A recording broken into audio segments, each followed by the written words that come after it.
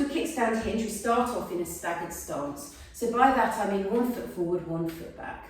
Now a staggered stance means that we should be in stance, and stance is this position here.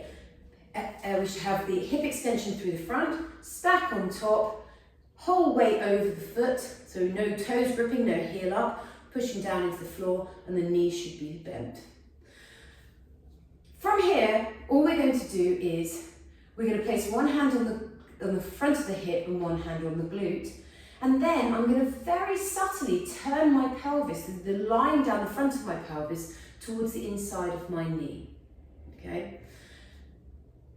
Then, without letting anything else shift, I'm going to lift my sitting bones up, so taking my sitting bones as far away from my heel as I can, while simultaneously trying to keep my head as far away from my sitting bones.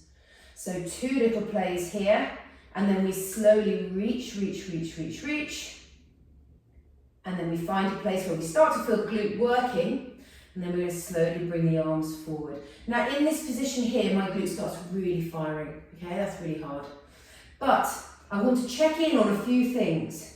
Is my knee forward? Is my heel heavy? Is my spine long? And am I relaxed in my upper body? Can I solely be here using my glute? Okay, keep reaching into it. I'm talking through this, I could probably go further because I shouldn't be. And we're just going to take some breaths here. So nice, long, smooth inhales. And nice, calm exhale through the mouth. For 1. And as I take that inhale, I'm really thinking about breathing into that glute. Okay? And then exhaling down. And we'll just do one more breath here.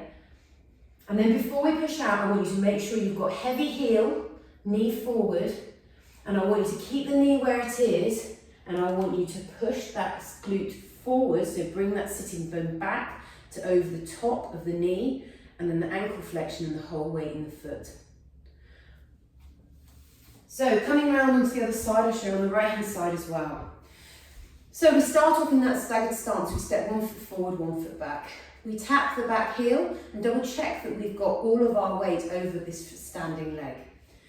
Then we're going to turn the pelvis, okay? So the seam of the trousers should be coming to the inside of the knee. Hand on glute, hand on hip. Now in this position, I'm going to try and be as tall as I can, crown to ceiling, really feel my weight over my whole foot. And then very slowly, I'm going to lift up my sitting bone. Now on this side I find it slightly harder, and immediately my knee wants to creep back. Keep the knee forward and heel heavy. And then we start to lift the sitting bone. So heel heavy, knee forward, lift the sitting bone. Now sometimes on one side it can be slightly different. The nice thing on this, having the hand on the inside of this hip flexor, as you can check, is not like really pulling you down, and instead we're just allowing to lengthen through the glute. We're going to bring the arms down here when we find that glute.